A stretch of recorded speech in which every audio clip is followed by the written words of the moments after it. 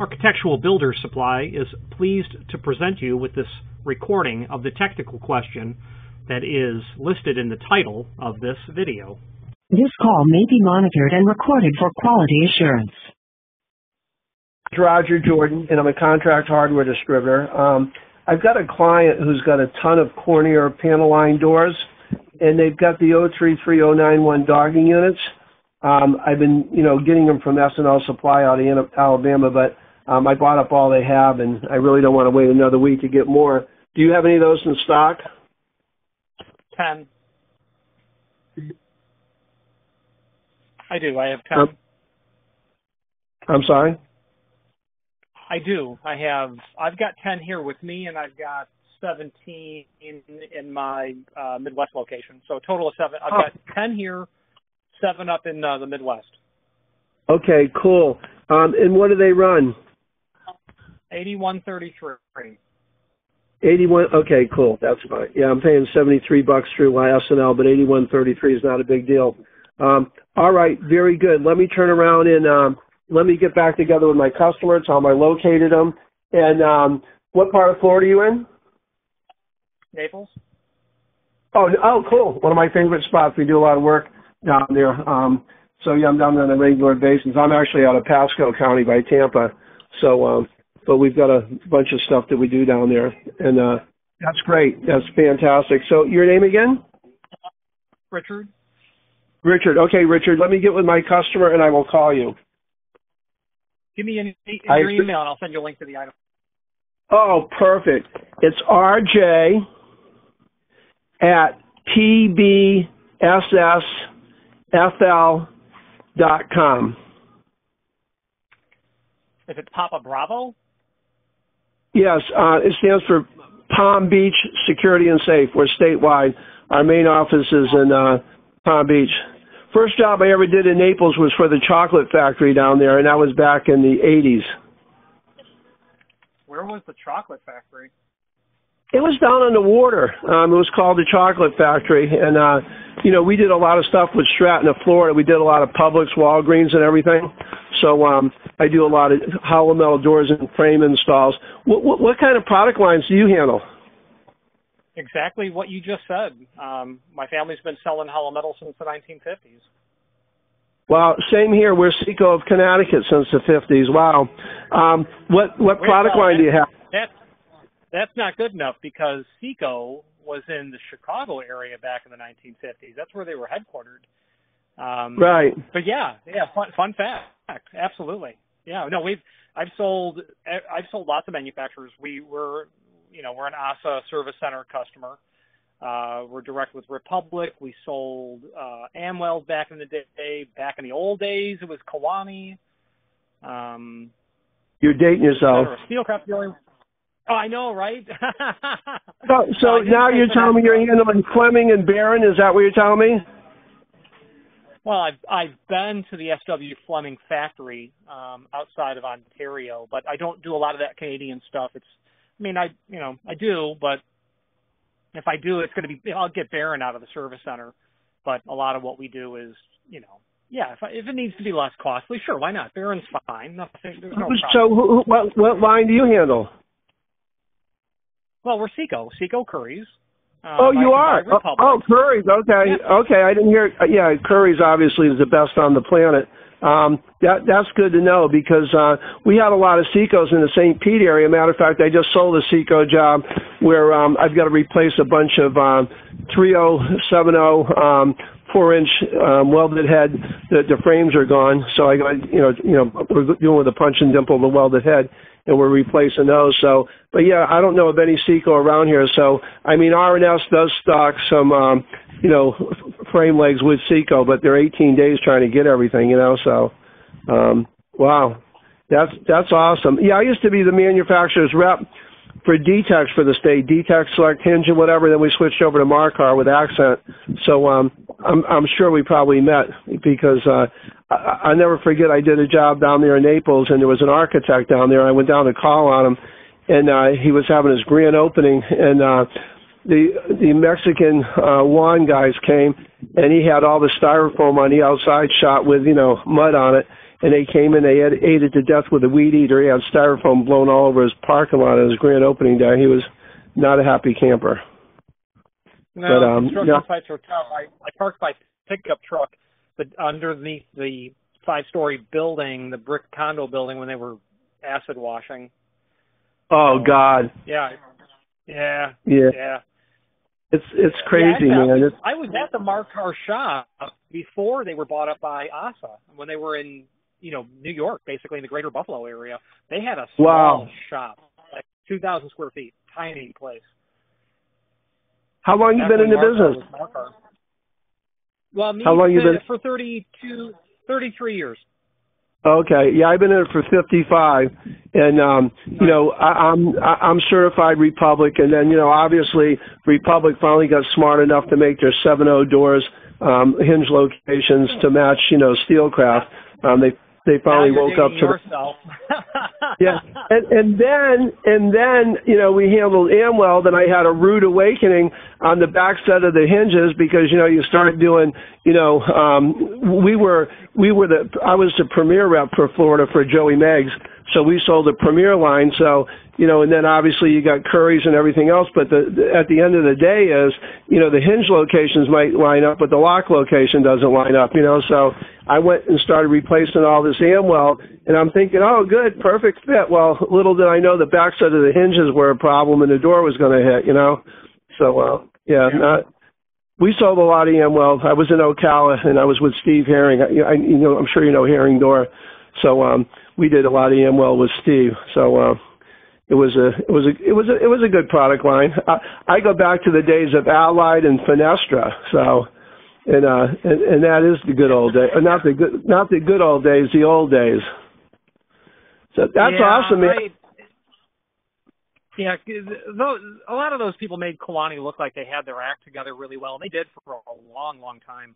I miss the Kalani product because it was the D door and the VMAX.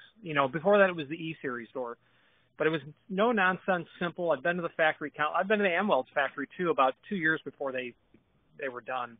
But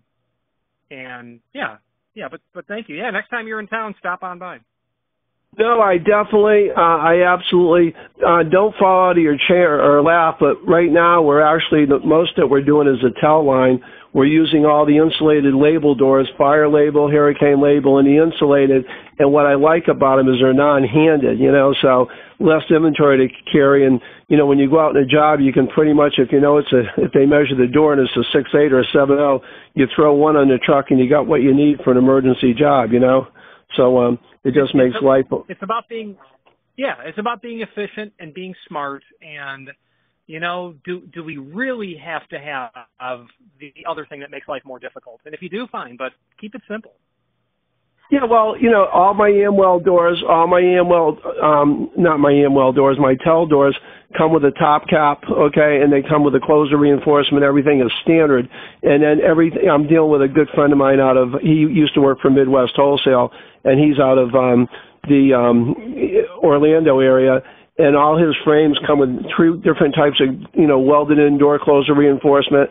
I'm so tired of, all these people putting this shit in and there's no door closer reinforcement. I have come to a little secret. If there's no door closer reinforcement, I take some Vulcum caulking. I install the parallel arm bracket, and then I take the bracket down a little bit and I fill it full of Vulcum caulking. I screw it back together because if that metal against metal plate won't move, the screws won't come loose, So you gotta bond that sucker to the frame, or you're gonna turn around. It's always gonna be loose. And there again, the closer you put it to the hinge, the less chance you have of that parallel arm bracket coming loose because it's not going to a full extension, so it's not putting the pressure on the bracket. Yeah. You're not gonna rip the door open. Yeah. Right. Yank the PA bracket. Yeah. The only time that ever becomes an issue is if you got 90 degrees on the back side of that door and you want the back check to kick in so the door doesn't hit the wall. If you put it too close to the hinge, the back check's not going to kick in time, so you're not going to have any back check, Or unless the installer is real stupid and is LCN 4040 and they're not smart enough to tighten a screw on the back of the closer. Yeah, it's funny. So many people don't know about that little secret valve. You know what? I have gotten together with guys for years and years and years, and they're complaining that the back check's not working. And I'm telling them, did you tighten the screw on the back of the 4041? And they go, what screw? And I go, the Allen screw. And they go, and I go, it's only in big letters right at the beginning of the instructions. Oh, well, I don't read the instructions. I go, well, that's obvious. Well, I mean, yeah, there's always something to learn when you read them. We have templates and stuff, so that's really good. I buy clear Lexian templates, and what I do is I tape the instructions on the backside of the clear Lexian templates, and then I put it up there. I have it set up for up to 100 degrees, 120 degrees, 180 degrees. So I got 3 of them. I just put it on the door, and then I go in there and drill 4 pilot holes, which makes it good for the self-drilling screws, and they just walk right through it, and there's not a problem. Particularly when you're doing 30 or 40 door closes in the same facility. Yeah, about 6 months ago, I had a guy from Door Hardware Templates Unlimited call me, and he sent me like 4 clear Lexon templates, and I've got them on my desk to ultimately review these, but you must be getting them from this guy, doorhardwaretemplates.com. I've never seen. No. I make mine. I have a company called Farco Plastic, and they're in the plastics business. And what they do is they cut all this stuff and they throw all the waste in a dumpster in the back. And I do their lock and door work. So I was there one day and I go, "What do you do with this?" He goes, "I just, we just get rid of it, So I say, "Can I dumpster dive?" He goes, "You can dumpster dive all you want. Just don't get hurt or cut on the stuff." So I take as much of it as I can do, and I've been doing this for 10 years now, and I do the same thing with a mortise lock. What I do with a mortise lock is I take a piece that fits into the 86 prep on the edge of the door, a piece of wood, and I put a piece of Lexian on each side, and then I take the template for the mortise lock install, whether it be for the thumb turn, the through bolts, whatever, particularly these guys that can't put it on the door right, and they're trying to put a Schlage L series on there, and they got the locations at 10 and 4 instead of having them at 2 and 8, and they're wondering why it's not going on the door right, So, but yeah, when you got the templates, you can't screw up like that. So, I'll tell you a quick one. Ryan Kovic, who was my associate with Accent Marketing, he's the one that actually had Gilbert at DTEX design that little plastic plate that you slide in the end of that little piece and make it a 2-piece plate for a number 40 or the Vantex 10 Panic. So when you put it on the door, it idiot-proofs it. So you get the 2 holes where the rim strike plate mounts on the jamb, and then you get the 2 holes for the door, and then, you just put it together, and then you can drill the holes for the trim and everything. You have to be almost an idiot not to be able to get it on the door right. Yeah, the guys at DTEX are pretty smart. They've got great bedside manner as well. Yeah, and I think they used to build Sherman tanks back in the late 30s because that stuff lasts. It's a workhorse. But let me call my customer, and I'll probably be calling you back shortly to turn around and yeah, I'm dying to see. So do you guys?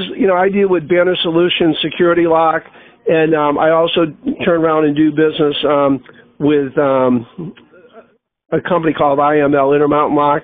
Those guys are pretty awesome too. And and then I forget Rick's last name, but they're a customer of ours. Oh, really? So, can you guys get competitive on some of the pricing? No, not to you. It's just you're buying from wholesale, and I'm going to fall in where you need one, and you give the client, here's my price while I go 3 weeks. Here's my price while I have it shipped in. No, I get it.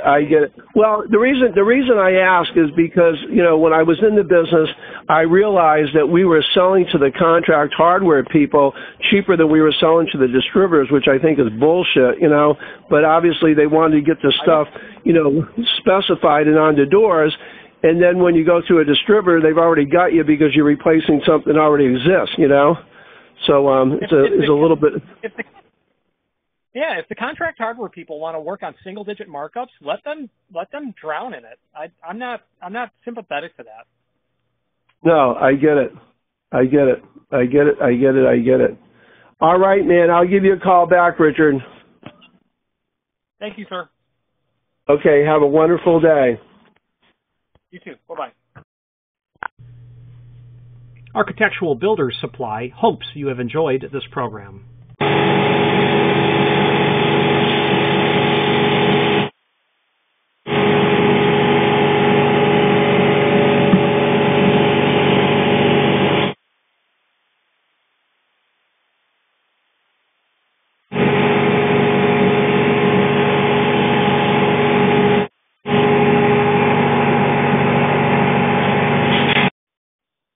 How you're so knowledgeable, I got a question for you. I have a requirement. I've done business over the years with just about everybody, including Gulfport Industry, and they make stainless steel spats for rusted out frame legs where, like I've got a transom next to this one, I got tile everywhere, so I'm going to sell the customer spats. Do you guys have a source for spats or not? It would just be the usual culprits. Gulfport probably wouldn't be the first people I would think of, but I would probably try to have Rockwood make them for me, actually. They seem to be most agreeable to stuff that's unusual. If it's not a hollow metal manufacturer, I would have Rockwood make them. Oh, okay, cool. Because, these are Seco frame legs, and they're masonry, and I never really seen one like this before. They're 6 inches, so it's 2 inches across. The stop is 2 inches across, and the other side is 2 inches across, which has been, I've never seen that before.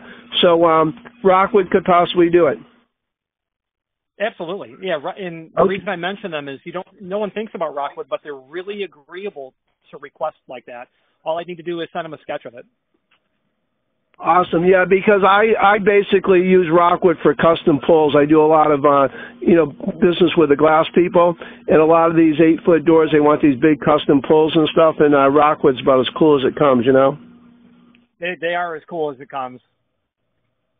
Back in the days, I used to do business with Quality, but I don't even know if they're still around. They were out of California, But yeah, Rockwood's been out. Quality, BBW, then Trimco. Yep. Right, Trimco. Trimco had a lot of really cool stuff that you couldn't get from anybody else. I use a lot of stainless steel. I put a lot of lever locks on, and grade 1 on exterior doors, and I either use Donjo or Trimco to turn around and put the stainless steel plates that go underneath the locks to keep them from pulling the latch back. But great product. Great product. Lock, back in the old days, it would have been. Who was that? Mag is who we would have used in the old days. The guy from Mag, he was a tool and die guy. I mean, that's what he did. His son, went to college to become an attorney and did not want to work getting his fingernails dirty. So that was it for Mag. I knew him personally when he came out with that 800. The only thing I didn't like about it when he came up with the 700 and 800 mag lock, I argued with him. I think his name was Howard. I argued with him at the time. I said, you're cutting the spine out of the friggin' door, because basically he was doing the same thing that Russell and Corbin did back in the days with the unit locks. They cut a rectangular slot in the door. All you did was slide it in the slot and put 2 screw holes going through, and wham, bam, thank you, ma'am, have a good day, You ever see Master Ring when it comes to unit locks or anything really old, P.F. Corbin? No. Master Ring is an 1.5 inch diameter mortar cylinder, so there's 2 shear lines, and that design, which was patented in about 1889 or so, it allows you to insulate or isolate the TMK biddings from everything else. So the Dayton method of trying to get a cylinder open by just guessing, what the biddings could be, won't work on that type of cylinder. So you talk about unit locks, you're talking about mid 20th century all the way back to probably certainly the late 19th century. And in Detroit, there was a ton of that stuff installed there. I talked to a guy a couple of weeks ago, and the front door of his home was a beautiful grip built on a unit platform, Master Ring cylinder in a great old suburb of Detroit. Really cool stuff. And the reason it's, we're talking about stuff that's been alive for 100 plus years, and the stuff still works today. You take a lot of the door out, but man, it's indestructible. Well, the problem with the unit lock was when they try to pop it open with a screwdriver. The dead latch, they would screw up the dead latch to make it. But I did so much work because we did Eddie DiBartolo's malls, and the deal is he used all those unit locks exclusively, and nobody knew how to get the little friggin' O-ring off so the outside knob would pull off so they could rekey it. They didn't have a clue in the world how it came apart, you know? So, they didn't. Sergeant 8-Line really baked my noodle. I had to call a locksmith buddy of mine, a customer of mine. I said, man, I don't know how to get this 8-line knob off. And he explained to me about the roll pin and how to get it off. You know what I did? I had IBM, and I was doing all the work with IBM, and they told me, they says, hey, you know, we got to take this and get this open. You got to pick it. So I went and picked it. He goes, we certainly don't want you to drill it. So I turned around and I tried picking it. I couldn't. Sergeant's a nightmare. So I backed the rows off on the outside, and at 12 o'clock I went down, straight down with an 1/8-inch drill bit, and then that wire was sticking straight up that went all the way back to the crest retainer, and I pushed it down, okay, opened the door, and then screwed it back on again. It was an inside office, and the guy's like, wow, that's amazing. But yeah, I've been through all the sergeant schools, MHART schools, back in the day, so I did all the professional training with this stuff, so, it's not on-the-job training, type situation. My partner, we were trying to, Rick, he was from Des Moines, and we were trying to invent a cylinder that had two shear lines, one at 1 o'clock, or stack height, one at 1 o'clock and one at 11 o'clock. So what you could do is you could turn around and you could take the master key and you could turn around and turn it to 1 o'clock, and then get rid of the splits and turn it back, and so the employee's key would work all day long, and then when you went home at night, you could do it back again, and as long as you dumped the master splits, the bottom line is, yours would work on either one, but yours would only work on one, and then if you got rid of it with the master split, but we never got it off the ground. It was a good concept, a bicentric type of mortar cylinder. But I'm so old, remember the big cylinders that Sargent made back in the 40s, the huge ones that were twice the size of a mortar cylinder? The City Hall and Sargent had a version of the master ring. It's 1.5 inch diameter. They weren't mogul where they were 2 inch. They were 1.5 inch diameter. Mogul's more for prison work like Folger Adams and stuff. But the bottom line is, Sargent had one that had at City Hall, and Fuller Brush had all, because they were out of Connecticut, and Sargent was out of New Haven, and they turned around and they went there and they made all custom hardware for Fuller Brush. Everything said Fuller Brush on it, and everything. It was exclusive for Fuller Brush. It was amazing. But like the handcrafted days of Schleg out of California, we sold a lot of handcrafted hardware, man. But those days have gone. I picked up from a son of a Schleg engineer I picked up a D series that has, I'd have to look in an old catalog, but you remember that knob that was the head of a lion? So yep, absolutely. I got one with like a 6-inch or maybe a 5-inch square escutcheon, brand new. The thing is decades old, and it is literally in my lock collection.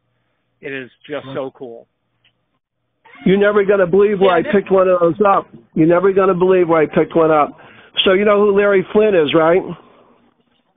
I'm familiar with the name and his industry. Hustler magazine. Yeah, so anyway, I didn't want to say it, but yeah. Yeah, so Larry lived down the street from Trump, okay? And then when he moved out, John and Yoko bought the house. So I went over there. He wanted to replace all the hardware, and he had one of those lion knobs on his friggin' mansion, okay? So we went over there, and I'll tell you one thing, that's one of my favorite collectibles to this day. Next time I get back to Palm Beach with my kid, I'll have to take a picture and send it to you. But yeah, I mean, it was just absolutely amazing. Please do send that to me. I would very much appreciate it. And I've also got a collection of Schleg's E-Series grips. I've got some good ones in my collection. Yeah, I'd love to see yours. That's for sure. I can give you a good deal on some A53 WDs. WD? Do you want the A or do you want the W? Do you want? That was the wafer lock. I was going to say, so back in the really early 90s, my uncle and my cousin could still key those. And my grandfather, great uncles, they were all gone.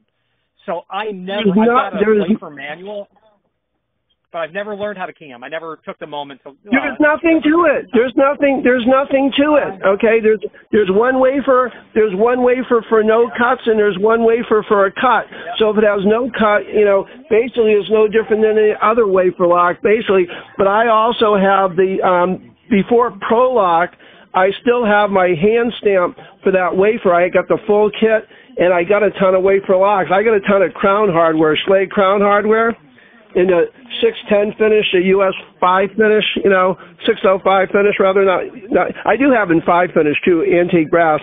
But yeah, I got a ton of that stuff in inventory, and I got a ton of the beautiful long decorative handle sets on the outside, which I think is called the Lion too. I think that's called the Lion.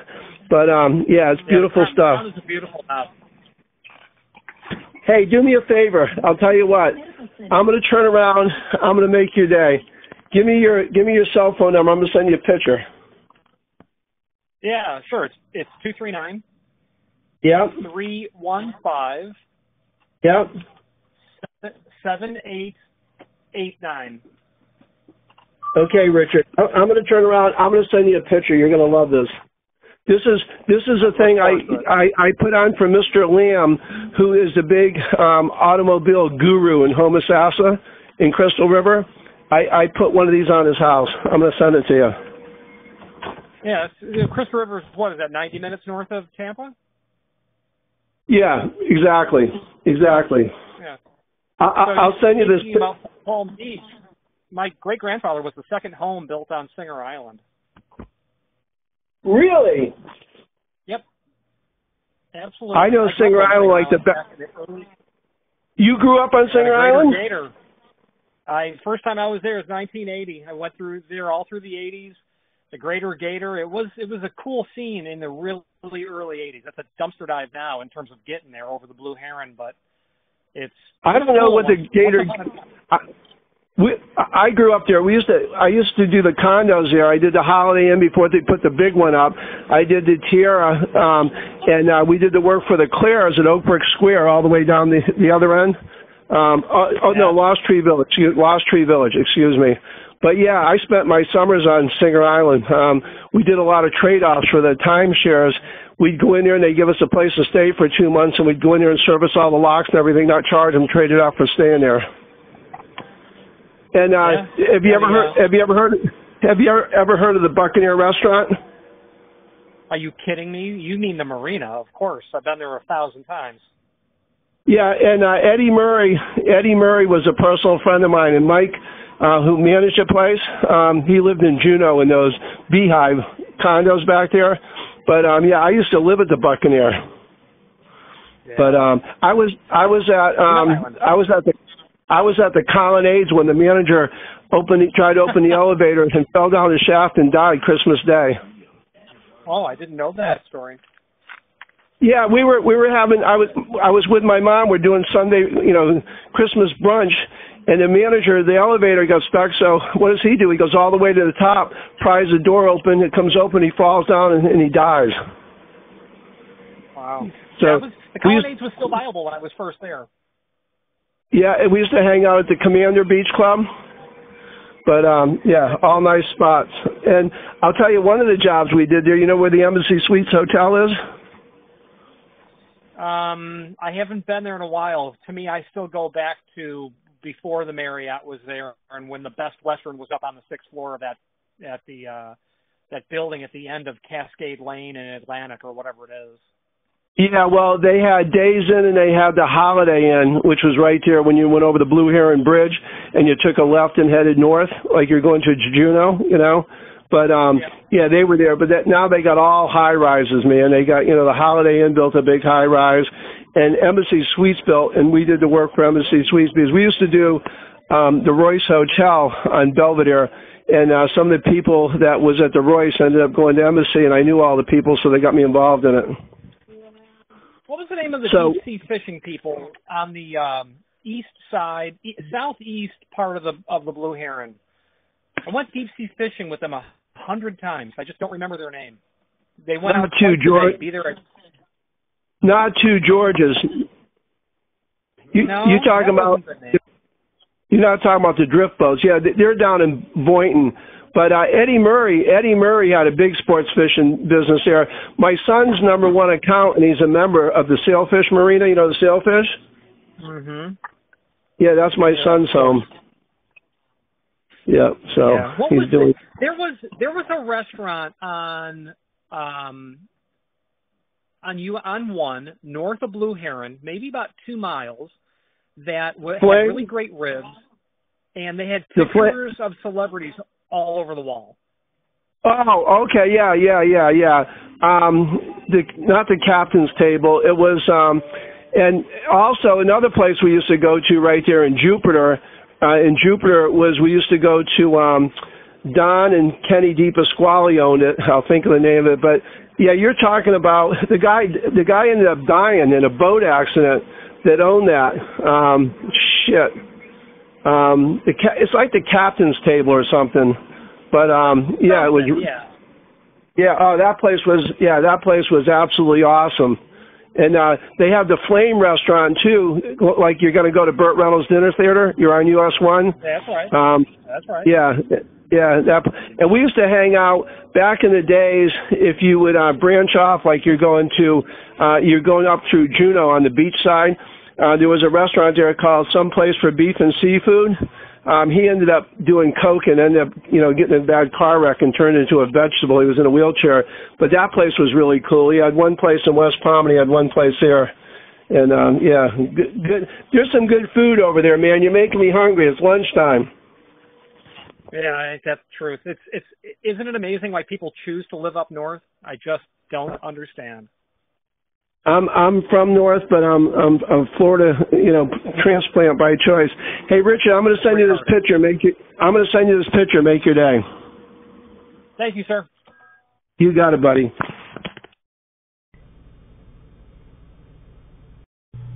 Again, thank you for watching, and if you've enjoyed this video, please click thumbs up. Please subscribe and maybe even send the video to someone that you know. Thank you.